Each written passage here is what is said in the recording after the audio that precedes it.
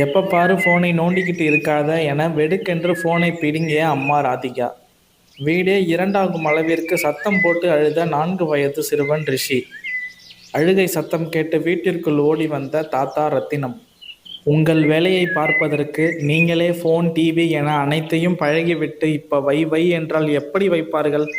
நீ வாடா தங்கம், நம்ம வெளியே போகலாம் என்று ரிஷிக்கு சட்டை போட்டுவிட்டு காலணியை மாட்டிவிட்டு மிதிவண்டியில் தூக்கி அமர வைத்து தாத்தாவை பிடிச்சுக்கப்பா என கூறி மிதிவண்டியை எடுத்துக்கொண்டு புறப்பட்டார். அமைதியான சூழலில் மிதமான காற்றுடன் அலையின் இசை கேட்கும் கடற்கரைக்கு அழைத்து வந்தார் தாத்தா. மிதிவண்டியை நிறுத்திவிட்டு ரிஷியின் காலணியை கழட்டி அவரது கைப்பையில் வைத்துக்கொண்டு ரிஷியை கீழே இறக்கிவிட்டார். மெல்லிய பாதம் கடற்கரையின் மணலில் பதிய ஓடி ஆடி விளையாடத் தொடங்கினான் ரிஷி.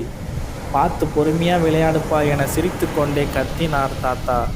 ரிஷியின் முகத்தில் அவ்வளவு சந்தோஷம். அதை பார்த்து ரசித்து கொண்டே கடற்கரையின் மணலில் அமர்கிறார். ரிஷி குஷியாக விளையாடிவிட்டு சிரித்து கொண்டே ஓடி வந்து தாத்தா மடியில் விழுந்து, இங்கே நாம் தினமும் வரலாம் தாத்தா என்றான். அதற்கு என்னப்பா, வந்துடலாம் என கூறி மடியில் ரிஷியை அமர வைத்து இருவரும் கடல் அலையை பார்க்கிறார்கள். தாத்தா, தண்ணி ஏன் வந்துட்டு வந்துட்டு போகுது என கேட்டான் ரிஷி. அதற்கு பெயர்தான் அலை என்றார் தாத்தா. இந்த அலை ஏன் தாத்தா வருது என கேட்டான் ரிஷி. அதற்கு தாத்தா சொல்கிறார், இந்த கடற்கரைக்கும் கடல் அலைக்கும் உள்ள பாசத்தை பற்றி சொல்கிறேன் கேளப்பா.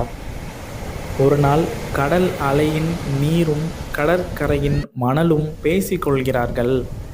நீர் சொல்கிறது, நீ ஏன் மணல் அங்கு தனியா இருக்க? என்னுடன் கடலுக்கு வா, இங்கு நிறைய மீன்கள் நிறைய உயிரினங்கள் இருக்கின்றன, அதனுடன் சேர்ந்து நாம் சந்தோஷமாக விளையாடுவோம் வா என்று அழைத்தது. அதற்கு மணல் சொல்லியது, நான் இங்கு இருப்பதால் தான் நிறைய மக்கள் வந்து செல்கிறார்கள், இவர்களோடு விளையாடுவதுதான் சந்தோஷமாக இருக்கும், நீயும் கரைக்கு வந்துவிடு, நாம் இங்கு சிறு பிள்ளைகளோடும் மற்றும் பல மனிதர்களோடும் ஒன்றாக சேர்ந்து விளையாடுவோம் என்றது மணல். இப்படியே இருவரும் மாறி மாறி பேசிக்கொண்டே இருந்தார்கள். நீர் சொல்லியது, உன்மேல்தான் குப்பைகளை போடுகிறார்கள், அதோடு நீ இருந்தால் உன்னால் மூச்சு விட முடியாமல் என்னிடம்தான் வரவேண்டிய கட்டாயம் வரும், யோசித்துப்பார் என்றது நீர். அதற்கு மணல் சொல்லியது, பலவித நிறுவனத்தின் கலப்படமான நீரை கலப்பதும் மற்றும் பலவற்றை கரைப்பதும் உன்னிடம்தான் செய்கிறார்கள், இப்படி இருந்தால் நீயும் மூச்சு விட முடியாமல் கடற்கரைக்கு தான் வரவேண்டிய கட்டாயம் வரும், நீயும் யோசித்துப்பார் என்றது மணல். நீருக்கும் மணலுக்கும் என்ன முடிவு செய்வது என்று தெரியவில்லை. ஆனால் இருவருக்கும் சேர்ந்து விளையாட ஆசையாக உள்ளது. சிறிது நேரம் யோசனைக்கு பிறகு இருவரும் சேர்ந்து ஒரு முடிவு எடுக்கிறார்கள். எப்பொழுதெல்லாம் உன்மேல் குப்பை இல்லாமல் நீ சுத்தமாக இருக்கின்றாயோ அப்பொழுது நான் மணலில் விளையாட வருகின்றேன். அதே போன்று எப்பொழுதெல்லாம் எனக்குள் கலப்படங்கள் இல்லாமல் இருக்கின்றதோ அப்பொழுது நீ என்னுடன் வந்து விளையாடு என்றது நீர். மணலும் சரி என கூறி இருவரும் சந்தோஷமாக விளையாடத் தொடங்கினார்கள். ரிஷி கேட்கிறான், அவங்க 2 பேரும் எப்படி தாத்தா விளையாடுவாங்க?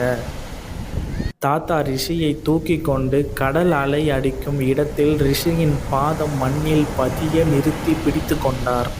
இப்பொழுது நீர் வந்து மணலை அழைத்து செல்லும் பார் என்றார். கடல் அலை கரைக்கு வந்து மணலை கடலுக்குள் அழைத்து சென்றது. அதை பாதத்தில் உணர்ந்த ரிஷி தாத்தாவை பார்த்து சிரிக்கின்றான். தாத்தாவும் சிரித்து கொண்டே இருவரும் அலையில் விளையாடிவிட்டு வீட்டிற்கு செல்ல ரிஷியை தூக்கி கொண்டு தாத்தா மிதிவண்டியை நோக்கி நடந்தார். பாதியில் ரிஷி, தாத்தா இறக்கிவிடுங்க என உதறிவிட்டு இறங்கி ஓடினான். என்னவென்று புரியாமல் தாத்தா ரிஷியை பார்க்கிறார். காற்றில் பறந்த காகித தாளை எடுத்து குப்பை தொட்டியில் போட்டுவிட்டு தாத்தாவிடம் ஓடி வந்தான் ரிஷி. தாத்தா சந்தோஷமாக சிரித்து கொண்டே ரிஷியை தூக்கி மிதிவண்டியில் அமர வைத்து புறப்பட்டார். ரிஷி தாத்தாவின் முதுகில் சாய்ந்து இறுக்கமாக பிடித்து கொண்டு தூரத்தில் தெரியும் கடல் அலையை பார்த்து புன்னகைக்கின்றான்.